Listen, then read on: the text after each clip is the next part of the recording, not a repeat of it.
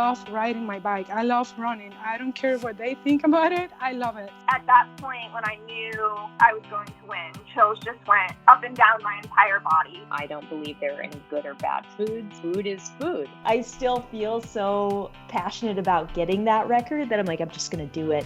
As an athlete, I was like, what's my story, or what's your story? What can you learn from it? And what can you teach people? Welcome to the IronWomen podcast. I'm Alyssa Godesky here with my co-host, Haley Xterra. And Haley, I can see on our video today, you are wearing your Walt Disney World shirt, and that I just realized I have my Mickey ears right here, and we can put on our Disney paraphernalia just for... I have a hat too. We both have Mickey ears. Yeah, it makes everything totally unrelated to everything we're doing today and talking about. But I feel like Disney it puts us in a better mood instantly. It does. When I saw this shirt sitting in my closet, I was like, it's a Disney shirt day. I'm so thankful I bought this shirt. It has it has bright colors. Again, when I went to Disney World earlier this year and ran that dopey challenge, I did not know I was just going to become a Disney person, and I love it. I don't regret it at all. I keep a lot of my Disney stuff. I have the framed picture of myself around, and it helps me a lot when I get overwhelmed, and it kind of helps me remember to keep the joy into all the things I do, like my racing and training, and just remember that being this fit and healthy is what got me to Disney. And then I got to run in costumes, and it was so fun. But it's wild. I've forgotten about how fun it was to run in costumes. So maybe I need to jump into a local 5K. Ooh, yeah. In a costume sometime soon. Or actually, yeah, I got to figure this one out. I mean, sometimes I do feel like our tri-kits are a bit costume-ish, but not to the extent of you can work some fairy wings into that. I know. If you're just if you were having not necessarily the best day, and you came into transition for an Ironman, and then you saw your fairy wings waiting for you for the run. I mean, it might be even if I was having the race of my life, what do you think when you were watching St. George this past weekend, if Paula Findlay had put on fairy wings while she was running out onto that course? I mean, it would have been amazing, and simultaneously, I would have felt mortified for all of the pros that she's just crushing, because it's not enough to have to race against one of the absolute best triathletes in the world and get beat by a lot, but it's also, she's going to put on fairy wings to do it. You have to respect that, but also you don't want that to happen to you. Well, I don't know. Well, maybe you do. I don't know. I would be actually think it was amazing if Paula was running ahead of me in fairy wings. But I also thought it was very fascinating. If you watch the coverage from St. George this weekend, they tried to interview people in T2, which, I'm picturing myself in this situation, and I'm that's a big ask. And I know that they did that in Oceanside. And it's dangerous because it's but it's also just you think of the amount of things you're shuffling through. And it's I would be so annoyed if I missed doing one of my checklist things, right? Because I was answering the question that Matt Lieto was asking me about how I felt, with the headwind. I'd be so it's tricky but it's fun to watch. It's great spectating. Yeah. I'm no, I just think there have been several races that I have come into T2 and I'm just sobbing. I don't know if I can continue, and I'm okay, get yourself together, or that would also be good spectating. I hate to break it to you. We would be cheering for you while we were spectating, but it would be good spectating. I'm sure that's why they're doing this. Not as common in a half as a full, but and I guess in a full you get to go into a change tent. Yeah, you can't have them in the tents. They shouldn't bring a camera in there. Because I'm sometimes changing does actually happen. But I know, but you're right. It is kind of an interesting perspective. But yeah, if I was just chatting along and I'm oh, will you help me pin my wings? I know. I did appreciate that Paula was Paula had the awareness to be is this live? Are you showing this right? Is this on the camera, or are you just trying to talk to me? Right. And so that did show some major awareness when she realized that. Yeah. I think Danielle Lewis was just I'm not paying attention. But then it's also because I've had this before too, where you can hear the announcer. I think this is actually in Milwaukee, and I had gotten permission to run in just a sports bra, but the official had been you must take the top down in transition and make sure it's totally tucked in and nothing is right. put out, whatever. Mm-hmm. In case I don't know, my arm dangerously hit someone. But I was like, okay, if they're letting me do this, I will. So I'm like doing that transition and being very careful. And Greg Welch is like, well, Haley's having a slow transition here. And I was like, I'm just following the rules. But so, I mean, you can kind of hear that stuff and sometimes it gets in your head, but it was ended up being a good race. So I can't complain too much. You know, he's just trying to fill airtime. Yes. Yes. I love it. But yeah, but okay. Did you watch the coverage from St. George? I know I want to get onto your knee rehab, but was that part of your rehab? Was watching racing? It was, yeah. I mean, I am getting lucky with all of the racing kicking off and the coverage alongside of all the racing because it is giving me some good ways to pass the time. And so I caught St. George. We had Paula Finley, we've talked about, she won. Ellie Salthouse was second, Jackie Herring was third. And it was a great race on the women's side, you know, to kind of see how it would shake out. St. George is such a great course to watch the racing on because things change. You know, the hills and stuff out there, you never know how people are feeling and how it's all going to shake out. So I felt like it was really fun to watch. And I will say, I feel less tired watching 70.3 coverage than I did watching the Ironman Texas. Watching the Ironman coverage gets exhausting and it's like still going. So kudos for sure to Michael Lovato and Rennie who were commentating through both Texas and St. George, right? I think Greg Welch was with Rennie for Texas. And then so I can't give Michael Lovato, I guess, too much props, but it's got to be tiring for them. And I'm appreciating the increased coverage and them doing that and being there and getting us all the action like live, which is it's amazing to see. It's great. It's so fun. I do love it. I want to give a special shout out to Rennie and Michael because I feel like they handled some of the things that you'll see as like here as criticisms from those of us who are not in the race, who are just comfortable at home and the air conditioning with all of our snacks and not expected to chat and comment on everything we see. You know, I think that something we have talked about like how big some of these fields are for the pro series. I mean, you'll see like 60 to 80 men starting pro men and around 40 pro women. And what happens then is that some of those like the men in the backpack part of the pro field are being caught by the women in the top part of the pro field. And so you see that on camera. And I think that both Rennie and Michael actually handled that really well, where they talked about, okay, one of the major reasons this is happening is that Paula Finley is exceptional. Like she is so good. And so this guy who she is passing, you know, he qualified to race as a male pro and there's only one way for him to get better and it is to like go out there and race and he is totally within those rules. And so Paula is working her way around him. She's going much faster and the road is big enough. She's fine. And I think Paula would probably say the same thing. If anything, maybe it's kind of nice to have those carrots sometimes. And I thought that was just a really respectful way for them to describe what was happening on screen. Yeah, no, it's great to get to see that unfold too. I think, you know, it's things like that are things that we've always talked about happening, right? And just kind of how the dynamics of the racing plays out. And so we're getting to now see a lot of that more and people are paying attention to it. And I think that's a good thing. But I think we are definitely seeing with the racing this year and the series unfolding, Haley, it's so interesting to me because the fields are like diversifying again. And, you know, we talked about it a little bit before we started recording and I think we both feel like this is the triathlon that we hoped for a decade ago when we went pro, right? And it's like the short course people have some short course options now. The, you know, people who kind of want to be like T100 specialists have that, right? Then we have 70.3 and Ironman and people are moving more into their like niches again.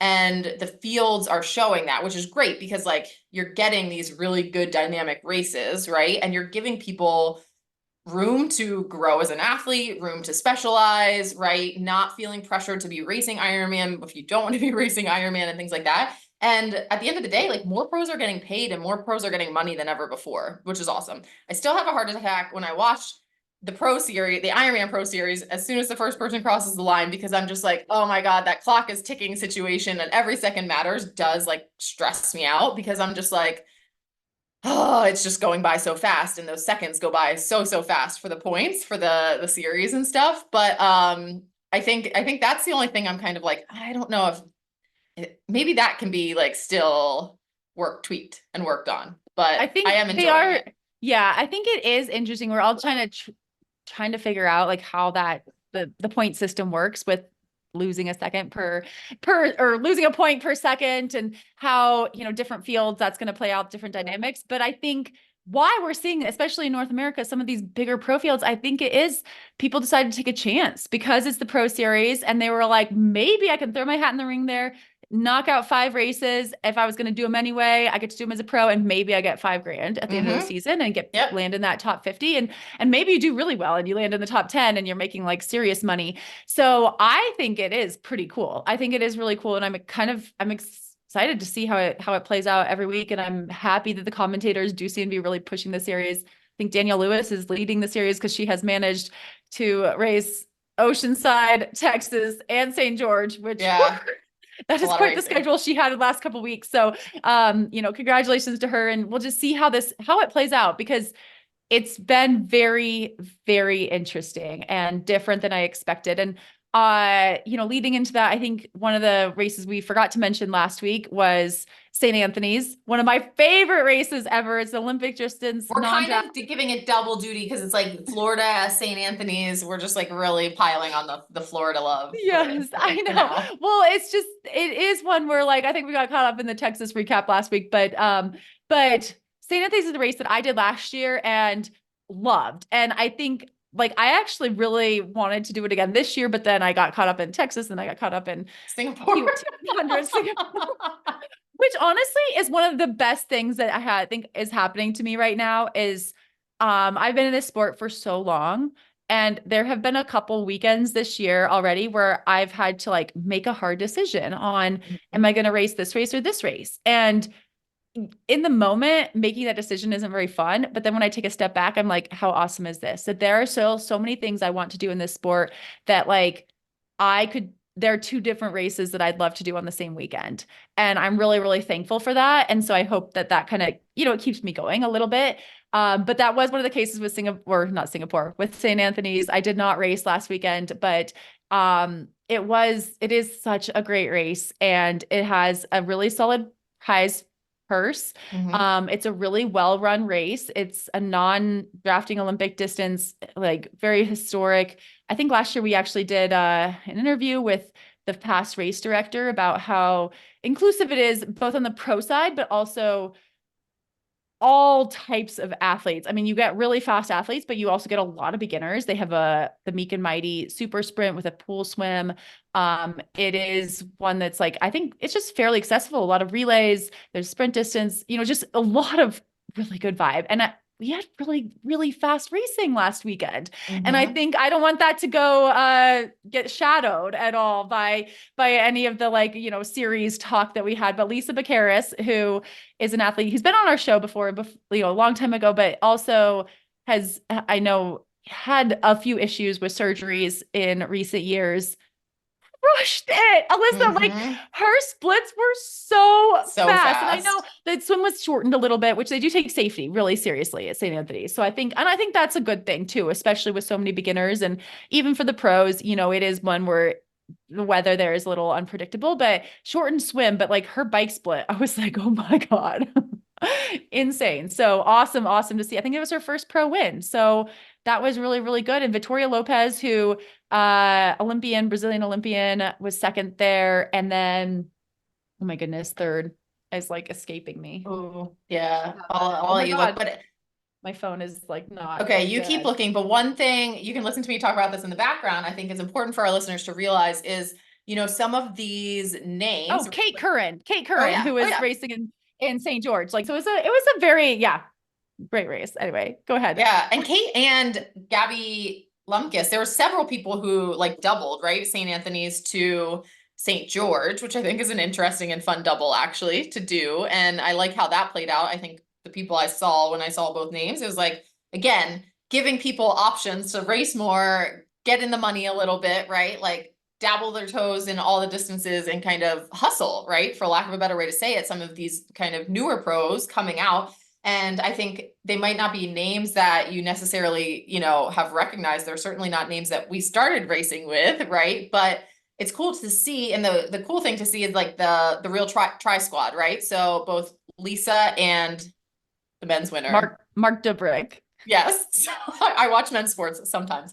And are on the real tri squad, right? And we're seeing like what happens when you support these kind of younger pros, right? Put resources into them, give them probably mentorship, right? By having a whole team of people to like train with and talk to and bounce ideas off of, I'm sure. And like and just like kind of the camaraderie, right? They're not going to like hate the sport. Like they seem like they're having a really good time.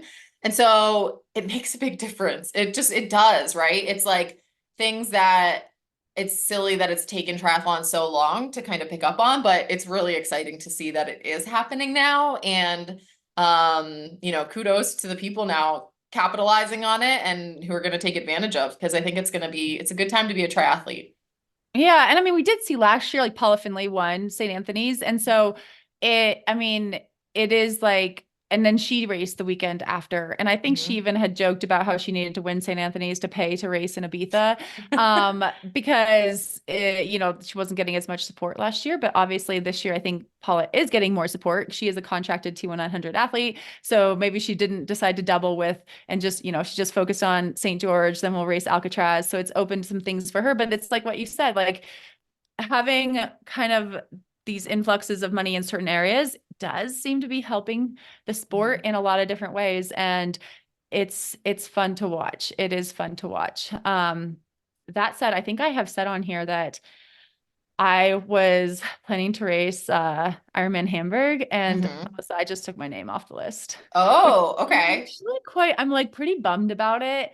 But I think it's like, again, it's probably a good thing that I'm bummed, because it's like one of those things where I always tell people, like, one of the best and worst things about racing pro is that you can kind of get into some races sort of last minute. It's kind of not quite as last minute as it used to be. Yeah.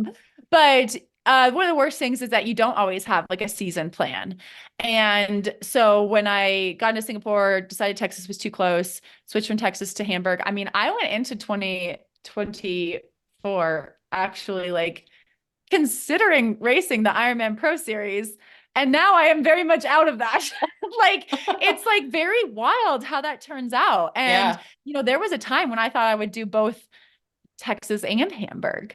And now I'm not doing either. And I think right now I talked to my coach last week and I just was like, I just don't quite have it in me. I don't think an Ironman. And, at this point in my career, it just doesn't seem, it's like not something I want to just press. And, so not doing it, even though every time I have mentioned Hamburg to anyone, they just say the most wonderful things about that city. And so I was going to say it's good because you'd be spending a lot of energy wondering if it's Hamburg or Hamburg, which is what I always run into. I'm pretty sure it's Hamburg. I used to always say Hamburg, but I think it's like us Americans trying to make it more fancy. Yeah. We're like, it can't be like hamburger, right? Like that, it's German. It has to be fancy, but I'm pretty sure it's actually Hamburg. Like you're like picturing like German, you know, music, or I don't know, like you're like, it has to be, it's Europe, it's sophisticated. But I think it's like how some people want to call Zendaya. And she's like, I'm not that fancy. It doesn't rhyme with papaya. But I think it's similar to that. I heard an interview with her because I was guilty of that for a long time. But yeah. So anyway, other opportunities hoping up. I've gotten a lot of questions from people recently asking if I was doing T100 San Francisco. I have not heard anything. And so we're back into the weight of the holding pen or something, right? Just like I feel like it's like there should be a name for this, like not on deck, but it's like the triathlete's version of being on deck and like ready for your name to be called. It's like what the T100 puts people into. But I keep thinking of like, it's one of those things that honestly for me, like me as a human, it's not that hard. Like I am fine. Like I can reach a certain level of fitness and then I'm not afraid to go into a race. But what makes it hard, honestly, is like the other people in my life, which there aren't actually that many, but somehow for some reason, everyone wants me to like commit to things.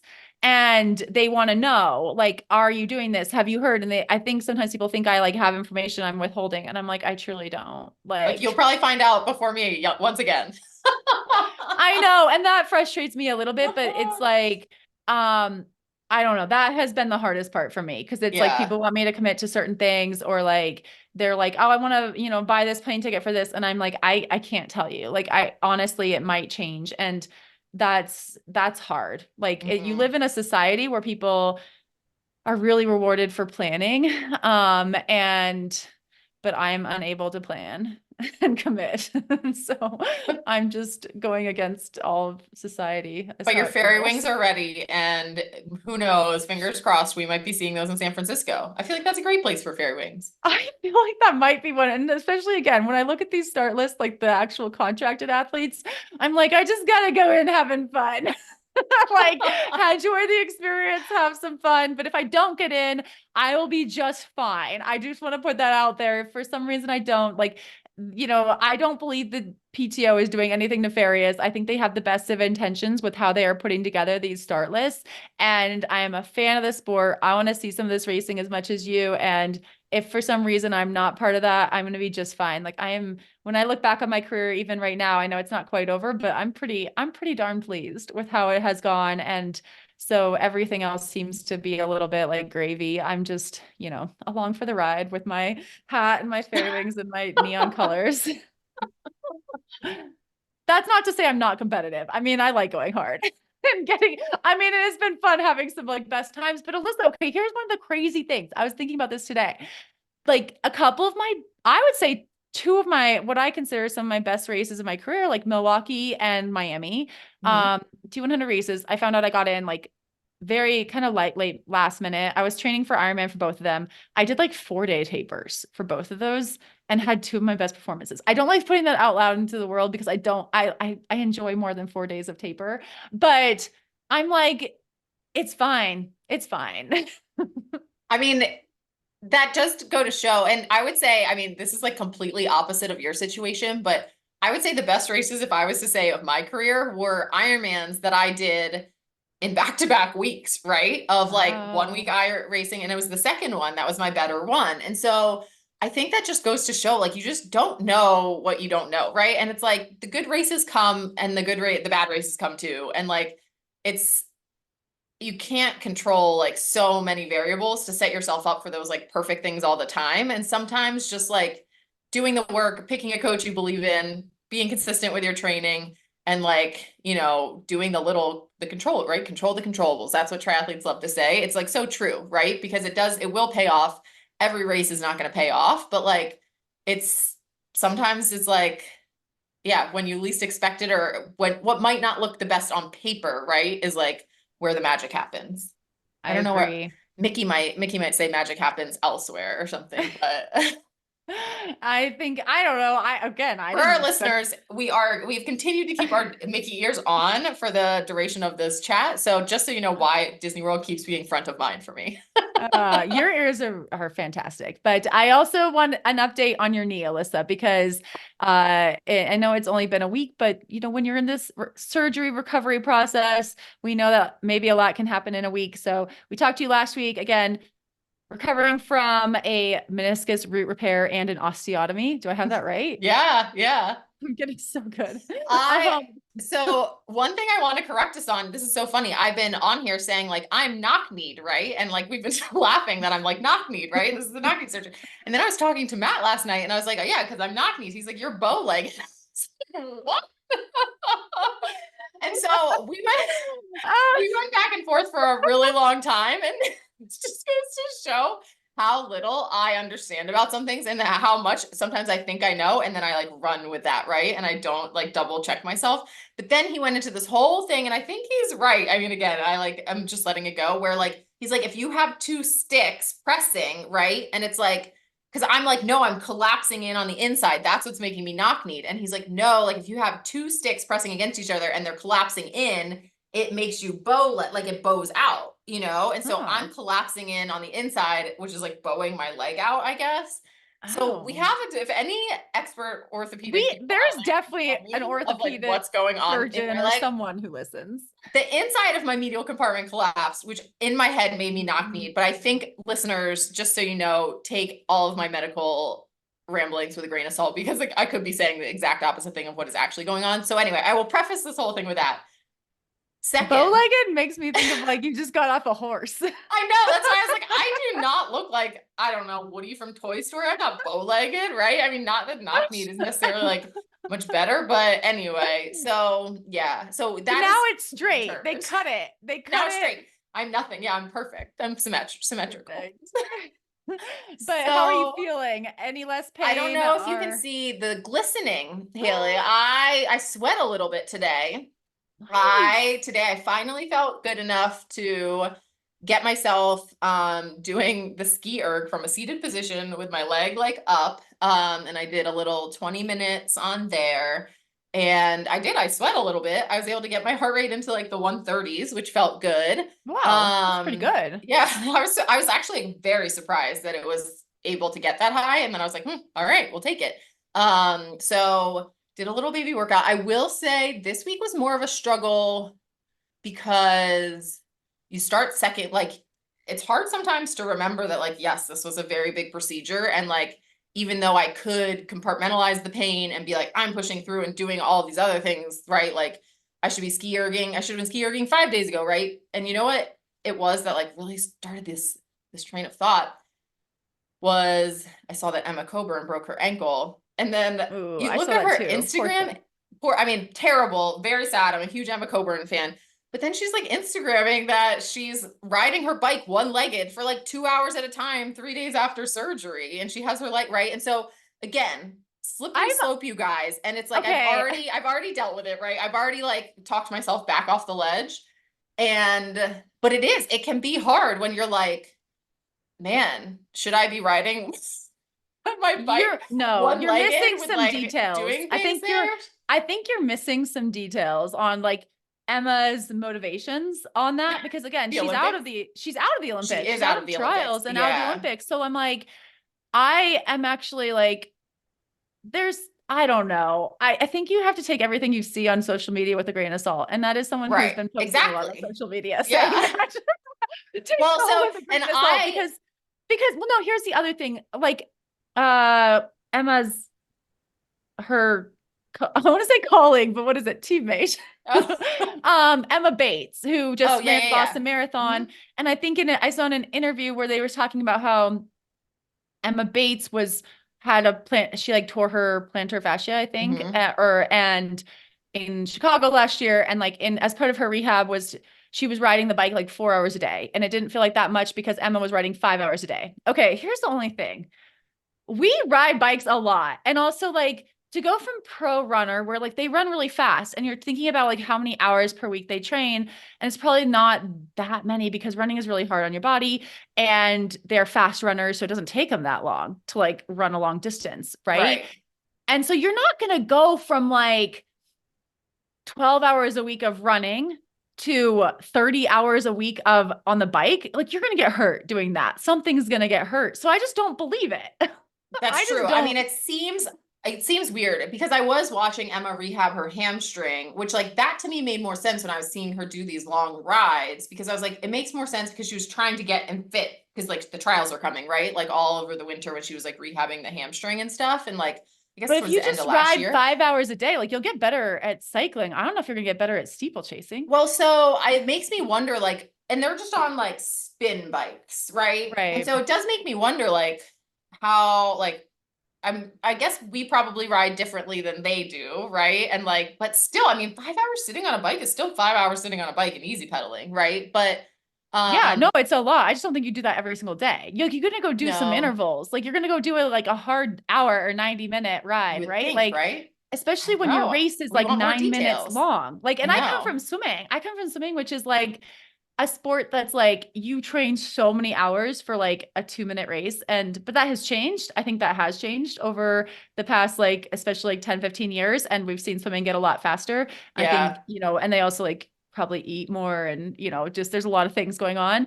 And I think some of the sprinters probably spend more time in the weight room. So I don't believe everything on social media. And maybe it's not even the athlete's fault. I don't think it's even like their fault. I think that we here we like 5 hours and we Yeah. project that to every single day when it might have been 1 5-hour ride. True. I think the True. same thing happens to who's the Parker Valby, the runner from Florida who Oh, like yeah. says she doesn't run very much and she does cross trains. And it's like, we're like, oh, you just don't even need to run. Or even like Kat Matthews at Ironman Texas, where like we knew she had that calf strain or tear and then like hadn't run very much going to Texas. But it's like, one, she has a huge base. She, you know, maybe wasn't at her very best, but she was that good enough. And also we know she was training really hard in other areas. True. So True. I think we have to be careful about projecting all that. So don't Yeah. feel bad. I Long know. story short, I don't think you need to be riding, because also I'm like, there's a lot of, you could really hurt yourself just doing a lot too much single leg on one leg, right? Well, like, I mean, and it's just like, I mean, really uncomfortable. Like, it's someone who is doing a lot of things single leg right now. It's like, I mean, a testament to her like strength or abilities, right? Because it's really, really difficult to do things for a long time, single leg. But yes, we're not worrying about it. I did my 20 minutes and I feel good about it. And I've given myself a gold star for that. And the knee is going okay. I still have not been able to look at the incisions because I still have the Xterra strips there. So I think that's going to be like the next step in the next week, which will be exciting to like look at what I'm dealing with like how it looks, right? But I'm still in the phase where I'm just trying to keep it not swollen, trying to rest it and elevate it as much as possible, trying to get sleep, which is really hard when you're sleeping in the brace. And yeah, just hanging in there as much as I can. But good. Well, I'm proud of you on the skier. Do you do like, are you doing like tests like you do on the rowing erg? Are you gonna like, so try I to did do a some- test with my leg, which like I should have done a test sitting down before the surgery, but I wanted to see like with my Oh. legs what I could do. And so I did a test with my legs, but then now it's nice, like they have just workouts of the day that they post and they're like Okay. shorter workouts. And so it's just mindless. It gives you like something to do and it's it will keep me interested. Today was day one. Yeah. Here we go. Stacking the bricks.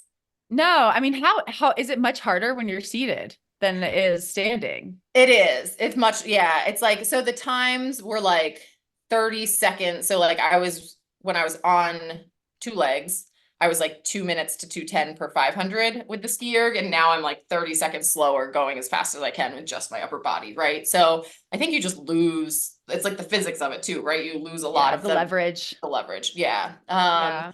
But it is, you know, you can set up the iPad. I'm like rolling through Sex and the City right now as my chosen TV of choice. And so it's like, you know, it's enough to do. And like, again, it's something I think it's good to like get my blood pumping a little bit for the healing and like recovery and helping the swelling and stuff. And just to like have me move. I did get word from my doctor. I was hoping it was going to be like last time where like I came to Hawaii last time 5 weeks after surgery because I was allowed to like, if I was sitting down, I could bend the leg and like not have it straight out.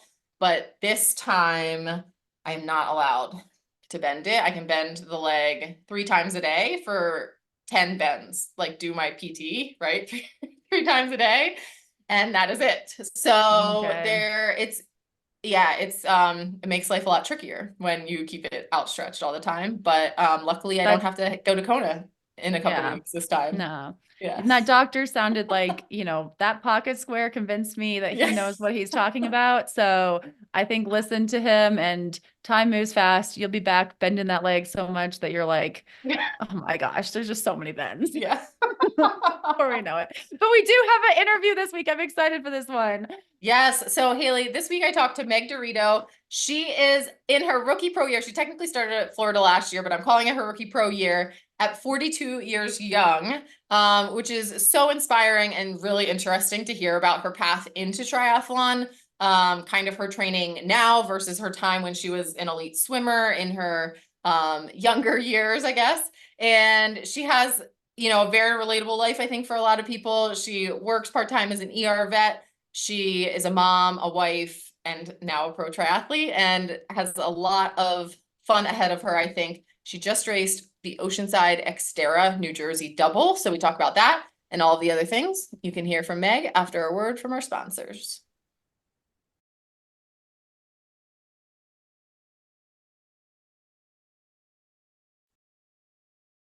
Hi, Meg. Welcome to the IronWomen podcast. Hi, thanks for having me. I'm excited to talk today. So you recently had a pretty full month of racing in April. Yeah, You raced Oceanside 70.3 and then you pivoted to Xterra, New Jersey, I believe, right? I did, Um, yes. and so those were, I think, 3 weeks apart. So, Yes.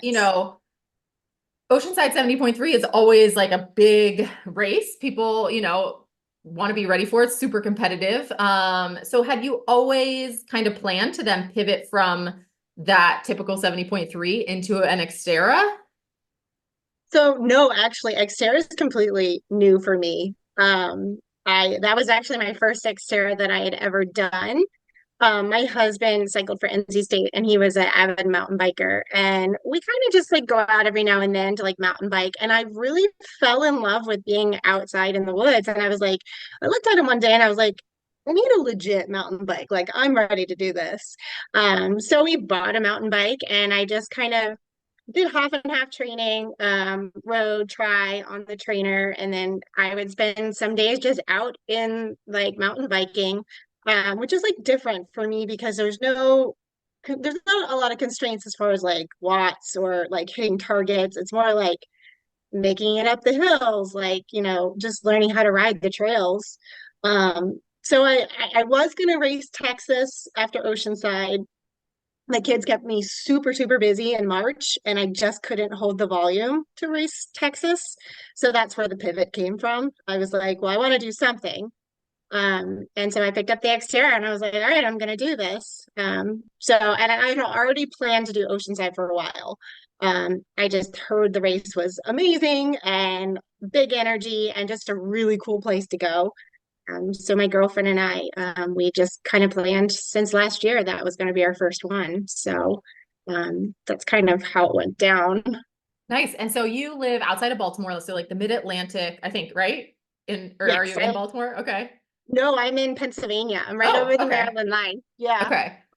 In like I'm south of York, like Lancaster, York area, a little bit south of Fun that. fact, actually, this is like really bringing me back. So I used to live north of Baltimore, and probably 10 years ago now, my co-host Haley, who also does interviews with IronWomen, she and I met, I think one of the first times we met in person. We had been like internet friends, and we Oh wow. met, I think it was in York or like a town just south of York. Cause I want to say she was like in York for work or something. And I was in like north of Baltimore, and we found some Thai restaurant in a town, like in that parallel line or whatever of latitude. And so latitude. And, it was like really good Thai food. And Haley and I always laugh when we think about that because we like had this random friend Yeah. date in that area. So I bet it's like Yeah, very close to your house. yeah, that's kind of where we're at, which is nice because it's all kind of country back roads. So really good, like open road and lots of really nice trails to hit too. So, but very hilly, very, very hilly out Yeah. here. And so but the weather, I guess too, where I was going with that ultimately is that, mid-Atlantic kind of, you're on like the northern end, I guess, of mid-Atlantic. Yeah. So, you have a winter, right? You're not like dealing with Arizona type of temperatures through the winter. So, So getting ready for an early season race like Oceanside is tough. How did you approach the race? Did you just want to kind of have a rust buster? And how did you feel about your day ultimately? so training for Oceanside was probably like 99% indoors on the trainer and on the treadmill, which got kind of monotonous. But I mean, with our just our windy roads and the ice and the weather and everything, like, and it's just really cold. I mean, going outside to ride is just miserable. So I actually only rode outside. I went down to Florida for training with my coach and some other athletes. We rode outside there for like a week, but that was the only time I actually went outside before Oceanside. Came back home, back on the trainer. So it was kind of like I raced Oceanside and I was like, do I know how to ride my bike? Do I remember how to do this? I always have to like check myself. It's really hard training for an early season race up north because you just can't get outside. I mean, it's cold. So, you know, and even And same with mountain biking I was too. You gonna say, can't. did that mean then were you able to cram in any mountain biking before The Xterra Nope. or, oh my gosh. Okay. Oh, well, yes, before the Xterra. So Okay. like I would say around April, the weather sort of starts to break a little bit. So you get to Okay. kind of mix it up a little bit. I mean, you're wearing like layers Mhm. still, but you're able, I mean, it's safe enough to go outside where it's not AC or anything like that. So Okay. I did get to go out on the trails for, I guess, 2 weeks prior to Xterra. So yeah, I kind of just was gonna wing that race. So And it I mean, turned out well. yeah, I was gonna say, it seemed like winging it turned out quite well for you. You did did. take the win there. And Yeah, so, I mean, was that truly a surprise? Had you like kind of yeah. like, I mean, that race, I guess, is maybe 2 or 3 years old. So you can kind of check to see previous years and see that. What was your kind of like mental approach going into that? Was it like to compete? I always go into my races to compete because I figure I showed up, I might as well, put forth everything that I have. I didn't really have any expectations for that race because I had never raced an Xterra before. I mean, I know I can do a triathlon, but like off-road is like a whole different. I mean, they even say like an Olympic distance Xterra is equivalent to like a 70.3 just in technicality, and I didn't have any expectations. I was super nervous about the bike because I was like, I mean, it's different, and it's more so not me not knowing how to ride a bike, it's me knowing how to handle the trail. And I Mhm. had never hit that trail before. So you're like, can I make it up the hills? Like, how's the downhills going to be? How's the single track? I'm going with a bunch of guys. Are they going to let me pass? Like, how is all this going to go down? So I didn't have expectations. I wanted to do well, but I just wanted to do the best that I could for the first time. And I really, really had a lot of fun. It was awesome. So How I did signed up that for shake another one. out? That was definitely like a question, I had because hopefully when my knee is better, I will be trying an Xterra out officially at some point. And so I wonder that too. Like, how does that work with the passing on the mountain bike trails for the people kind of at the pointy end of the race, or I guess like really any Yeah. part of the race? Did you feel, I think that's something that people look at and get intimidated by and maybe don't sign up. So was that fear warranted, or did it play out okay? No, I was actually like proud. I think for Xterra is a little bit more relaxed and chill. Like everyone's kind of like mountainy, wants to be outside. And I rode with most, I would say 90% of the guys during the race, and they were all super supportive of me. Every time I wanted to pass, I would say like, "Hey, on your left when you're ready," because you're on single track, so it's Mhm. not always feasible to be like move over. And they would, when they were ready, would move over and let me pass. And as I passed, they were like, "Yeah, girl, go get it. You're doing awesome." And they were all super supportive. Like that was the one thing I told my husband when I finished. I'm like, wow, Wow. this is really cool. Yeah, Yeah, that like seems to be a very different tune than what I heard was happening at Ironman Texas the other yeah, weekend. me So too. I think you might have picked properly there. So that Yeah. was definitely good. And so it sounds like are bit by the bug, so to speak. So you signed up Yes. for another one. Can you tell us about that? Yeah, so I have two regular mountain bike races this summer, just single track downhill. And then I signed up for EX2 in Maryland in July. So they say to be ranked, you have to at least compete at two world championship qualifying races. So that would be my second one to Mhm. see if I can get in the ranking. Xterra is kind of new with like their pro division. Not all races have a pro division. Some do and some don't. So I think they're working on trying to get like every race have a pro division. But I did qualify for Worlds in September, and I'm really, really considering going. So Yeah, and that would be in Italy. yeah, Is that right? yeah, that's in Italy. Oh, Yeah, that's awesome. Okay. Well, yeah, people can definitely stay tuned and watch to see how that all unfolds. So this is I would say it's your rookie pro year. You did kick off with Ironman Florida at the end of I did. last season, I guess, technically. But Yes. we'll just call the pro season like November to October or something. Okay. So, when it sounds like things have maybe shifted in your like vision for the year a little bit potentially, Yeah. but starting with Florida, kind of that was just about the time we were learning about like some exciting things happening with Ironman, the Pro Series, all of that. So, what's Yeah. your approach to these first few seasons as you race as a professional? Is it focusing on the Pro Series or just kind of another focus? Um, so I chose Florida on a whim. I was like, do I want my first pro race to be like 2023 or wait till 2024? And at the time, my fitness was so good. I was like, I'm just gonna pick up Florida. I'm just gonna go down and see how I do. I love flat courses, and that was one that really spoke to me. So it was actually a really good race for me. It's different racing in the pro field because you have to learn how to race with the girls and stay in packs and that kind of thing. Something that I'm really like new to. But I did have a PR at Florida, so I was really happy about going. As far as like this year, it did kind of take a turn because I never really had mountain biking and Xterra on my radar. And the reason that it kind of came on my radar was that I looked at the pro schedule and they don't offer a whole lot of races to choose from in the States. I mean, I would say it's like 50 international and 50 percent in the States. And I have kids too, so it's hard for me to always be going international. So it was hard to pick up as many races as I wanted to. And I was like, there's got to be something else for me to like put on my schedule. And that's kind of where I picked up the Xterra because I was like, it's triathlon, it's off-road, sounds fun. All right, I'll give it a whirl. So yeah, I think it's going to be a good few years ahead in the Xterra world to be a pro there too. I think they're going to kind of gain some of the momentum from the like T100 even and Ironman kind of putting more resources into pro racing. I'm hoping that kind of also trickles into the off-road scene because I think there's just so much untapped potential in that.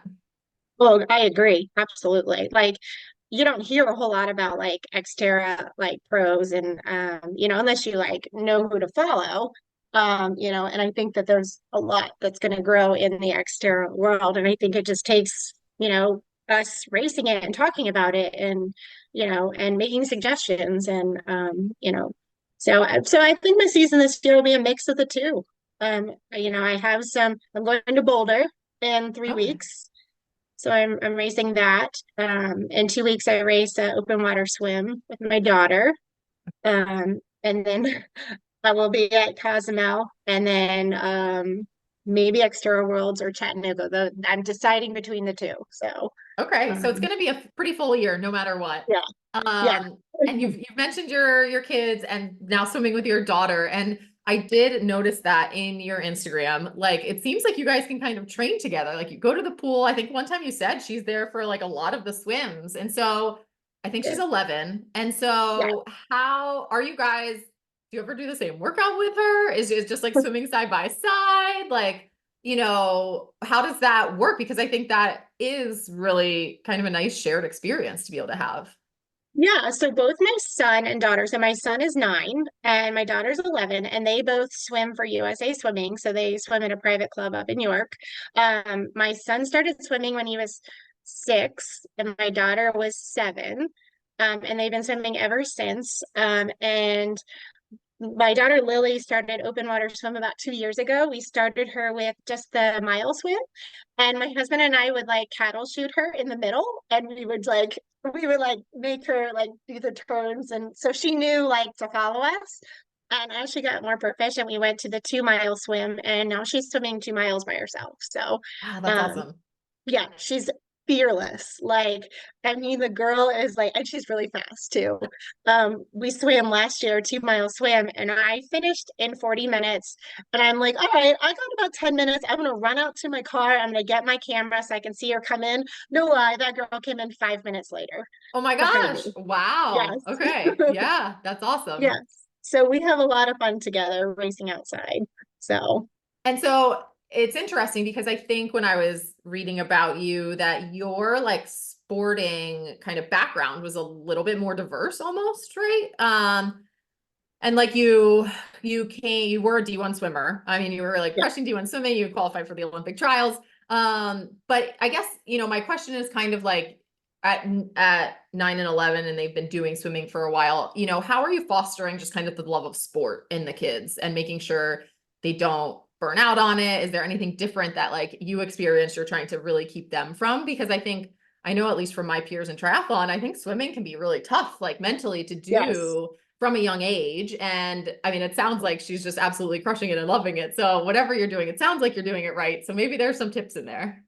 I mean, it's always a juggle. I mean, you're like, from my perspective, like I grew up with parents that were always like, you know, you're gonna try your hardest, you're gonna show up at practice, you know, that kind of thing. And there's a balance between just being a kid and, you know, being a kid that's an athlete. So I have to like take into consideration, like sometimes my kids just want to be kids and they don't want to go to practice. They want to jump on the trampoline. They want to play with their friends. So I have to make sure that I incorporate that into, you know, their life. And also learning. I mean, we take every experience and I try to tell them, and I think they see through me, like, you're not always going to get your best time. You're not always going to have a good race. And it's not, and that's okay, but how are you going to handle that? You know, and just talking things through with them, you know, and you know, and letting them know it's okay to fail or not have a good race. It doesn't define you. It's like getting back up and practicing again. So we talk a lot. They ask a lot of questions, but I also think they see my husband and I too, because we're both big into sport. You know, how to handle things. So it's definitely a learning curve for sure. Well, I think you're doing a lot of things right. So Thanks. yeah, you're welcome. Are you still planning on swimming at Masters Nationals in, I guess, a couple months? Is that what is it coming up? So I'm thinking about it. We are taking the whole family is going to Indianapolis to watch the Olympic trials. It depends on the timing of things because I think it's 2 days after our tickets end. So it depends if we want to stay to swim. I would really love to. If you do, I guess, what events would you pick to swim? That's funny. So I asked my swim coach from Front Pack, and we kind of thought 100 fly, 100 free. 50 free and maybe like a longer event. Okay. But I'm a D1 swimmer. I was a 50 and 100 freestyler, so that is my nature. And my coaches always joke, they're like, oh, well, there's Meg. She always goes out real hard and then she Well, that's okay. I mean, it's just how you were built, right? Yeah.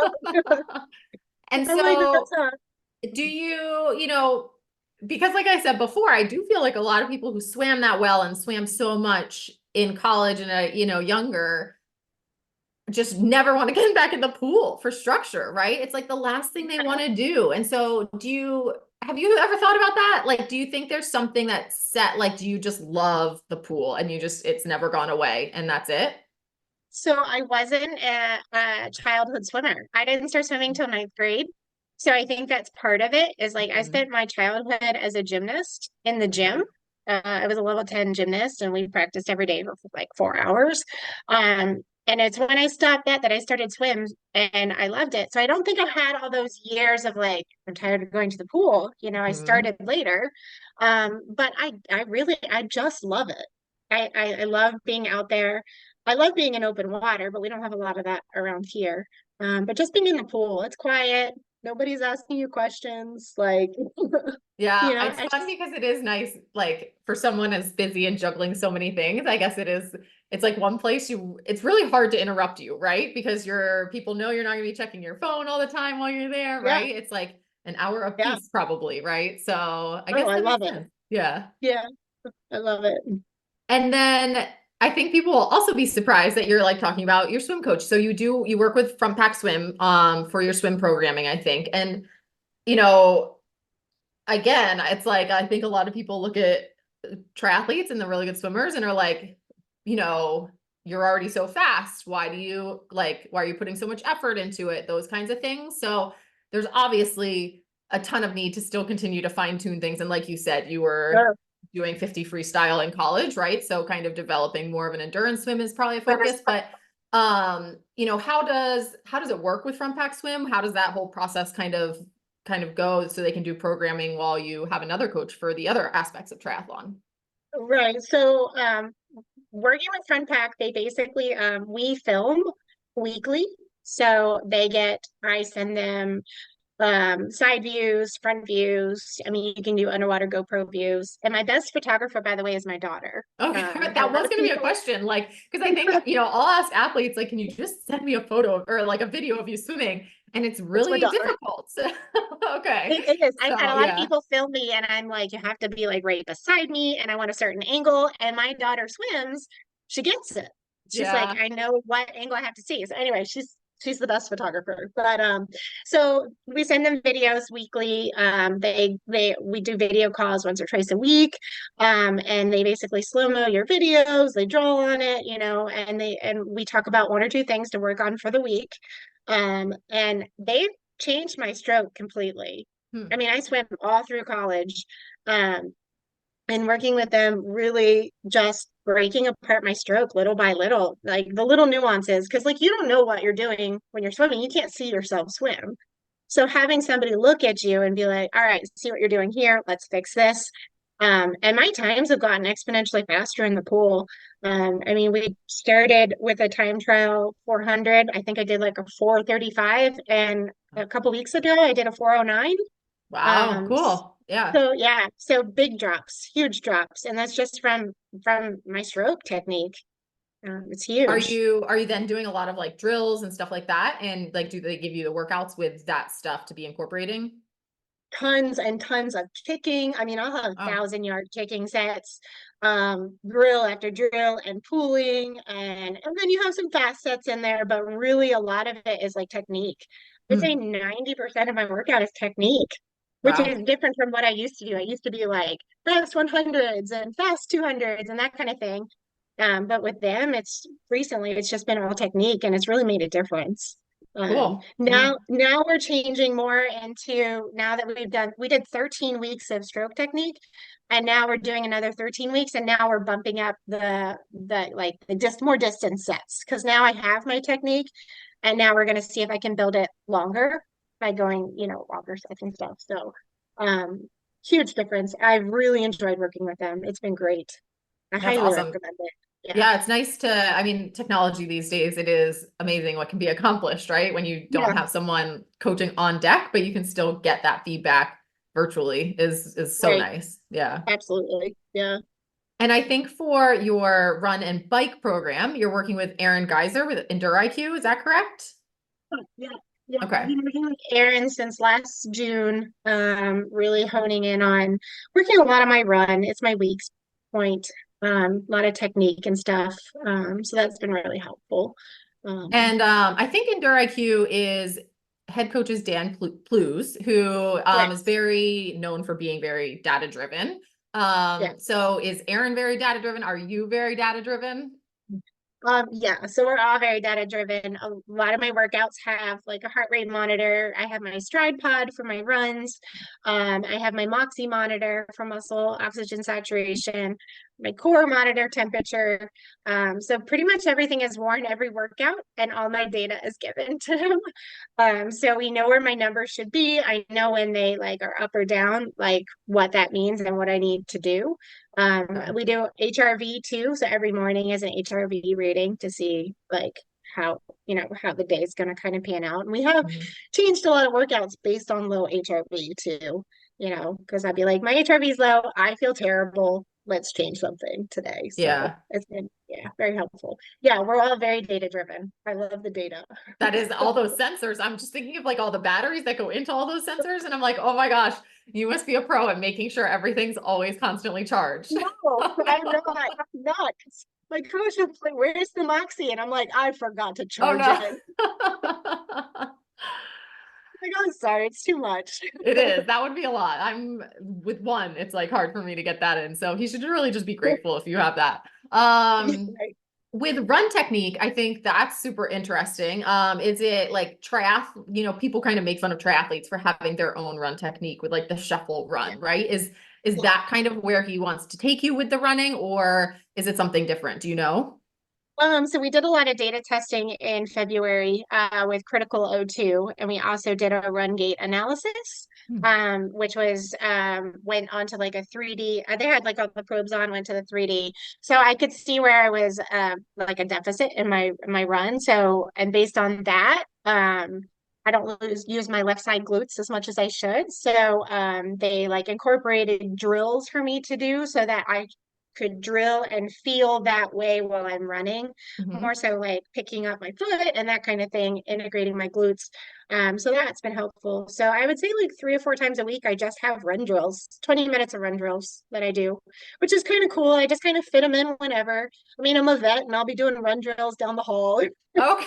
So that leads in very nicely to my next question because I've kind of said how busy you are, and I just want to be clear for everyone. That's because you're not only racing as a professional triathlete, you're also a triathlon coach, an ER veterinarian, a mom, and a wife. So that makes sense then if you're doing drills down the clinic like hallway to make sure you get that done. Okay. All kinds of stuff. They've actually, so they're super supportive at work. They've given me a 2 hour lunch break every day. Well, the days that I work, for me to go do a workout. So that usually consists of me going to the pool just because logistically I don't have to bring my bike and trainer and all of that. And I'm able to get like a strength workout in. So that would be my second or third workout for the day because I usually work out in the morning before work too. So super, super supportive. I'm very thankful that I wouldn't be able to do it if they didn't. And so that's obviously a huge piece of the puzzle. And I hesitate to use the word balance because I think that's like very misleading, right? Because it probably feels like it's always tilting one direction or the other through all of Yeah. that. So maybe like, tips for managing it all and making it feel like as smooth as it possibly can, for you. Is it like the meal planning has to be done, my husband and I have to be on the same page for something, or is it like, Oh yeah. the kids are at an age where it's just gotten easier? Like what kind of thing is it?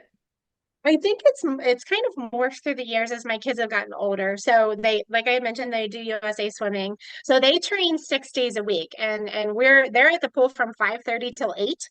So that is a training block for me in the evening. And then I always wake up before they get up before school or in the morning to get a workout done. My top priority as a mom is to be present for my kids. So fitting workouts in when they're either busy at school, at sports, or sleeping is like priority for me. Because I just, I think that it's important to be present for your kids, and I don't always want to be doing a workout while they're around. So it's a juggle. And I call them my mom pockets because every day is different, and my coach, I swear he wants to kill me most of the times because I'm like, nope, that mom pocket doesn't exist today. So I'm like moving stuff around and I get all of the work done. It's just done how I can do it, and be a mom and go to work and do all the things. So Do it's you hard. find, like, I know we all obviously know that recovery is quite important as much as getting the work done, right? And so do you find that it's like the data and the HRV that really helps you kind of poke yourself to be like, the recovery is necessary now? Or, because I think a lot of busy people struggle to like make the time to not be that busy, right? And do the recovery. Yeah. Yeah, I think I mean the HRV like reminds me that like, oh, my HRV is low, but it's like I'm very in tune to how I feel. So like I can wake up in the morning and I can be like, today is gonna be rough, you know, let's see what I have on my schedule.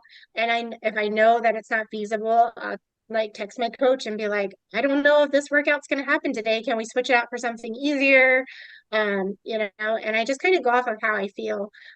And I know recovery is important. It's hard to sit down. I force myself to sit down. I try to get the sleep that I need. And that was one of the big things like for Texas that I didn't race Texas, because I wasn't getting the recovery that I needed because my kids swam championship season in March and we were gone every weekend in March and I just could not catch a break. And I was so tired. And I was like, logistically going into that race is not going to be, it's not going to be beneficial for me. So that's why I kind of switched and pivoted to Xterra, something shorter, although it wasn't any easier. So Yeah, I mean, 3 hours of really hard effort is still like really, really hard. But it does sound like you made the right pivot there ultimately. I think so too. Meg, if you don't mind me telling our listeners, you are 42 years old, I believe now, right? Yep. Okay. Yeah. And Yeah. so what inspired you to, pursue professional triathlon now? So I grew up in sport ever since I was 18 months old. I started ballet at 18 months old and I never stopped since. So sport has always been a huge part of my life. It's part of my identity. Like I can't imagine myself not doing sport. And to compete at the highest level, I've always wanted to challenge myself against people who are great. And if the opportunity presents itself, I don't care how old I am, I'm going to take it, because opportunities like that only come, once in a lifetime, and it's like, and I had the conversation with my husband, I'm like, do I really want to do this? And he's like, why wouldn't you? He's like, this is never going to come again. And he's like, it doesn't matter how old you are. It doesn't mean you're not fit. It's just a number. So that was just me wanting to compete at the top of sport, and I prove it's more to sort of prove to myself that just because I'm 42, it doesn't mean that I can't excel and do well. Yeah, I think you and there's plenty of other women out there right now proving that to all of us, which is amazing and so inspiring. Is it different for you now, like with triathlon, and being an adult, I guess too, just like you're more in control of the programming that you're doing, and like how your life looks within sport than you were when you were doing ballet or when you were D1 swimmer, right? So what do you think the difference is? Like, have you made an effort to really put kind of focus on something else that like didn't happen maybe early times when you were competing at high levels? I think like competing like in college, like you're kind of listen to your coach. You have to listen to your coach.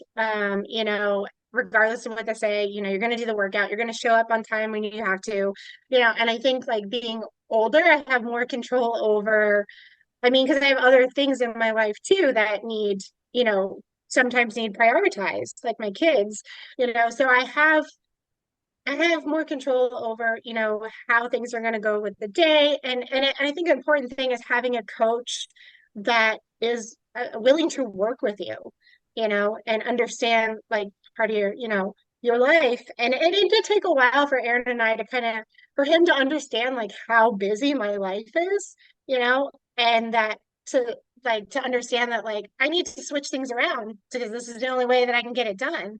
And at first it was like, well, it doesn't flow well, but I was like, it's either it doesn't, flow well and I don't do it because I can't, or I move it around and I get everything done, so I have more control over how things are done, how I feel, and like just more timing and time management of things.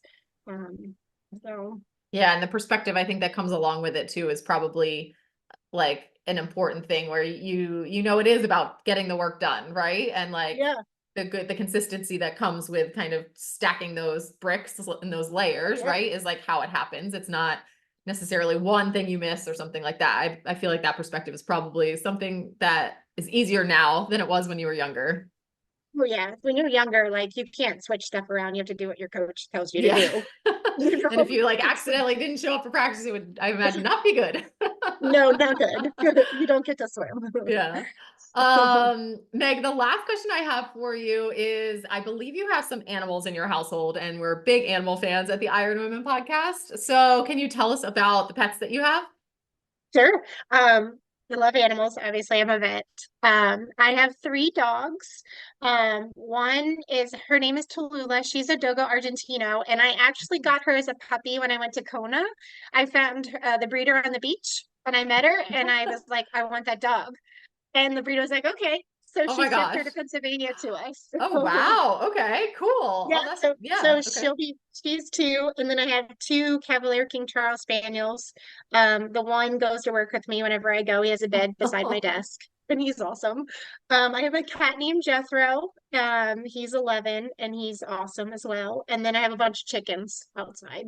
Oh, So wow. Okay. Yeah. yeah. So you are living the good life with the animals. I love it. Well, I need more animals, but my husband says no. You're not the only one living that life. Don't Okay, worry. Yeah. okay. Well, Meg, thanks so much for taking time out of your busy life to sit and chat with me today. I think everyone is going to be really excited to know more about you and then to follow you and cheer you along this season. Awesome. Thank you for having me. It was great to talk today. I had fun.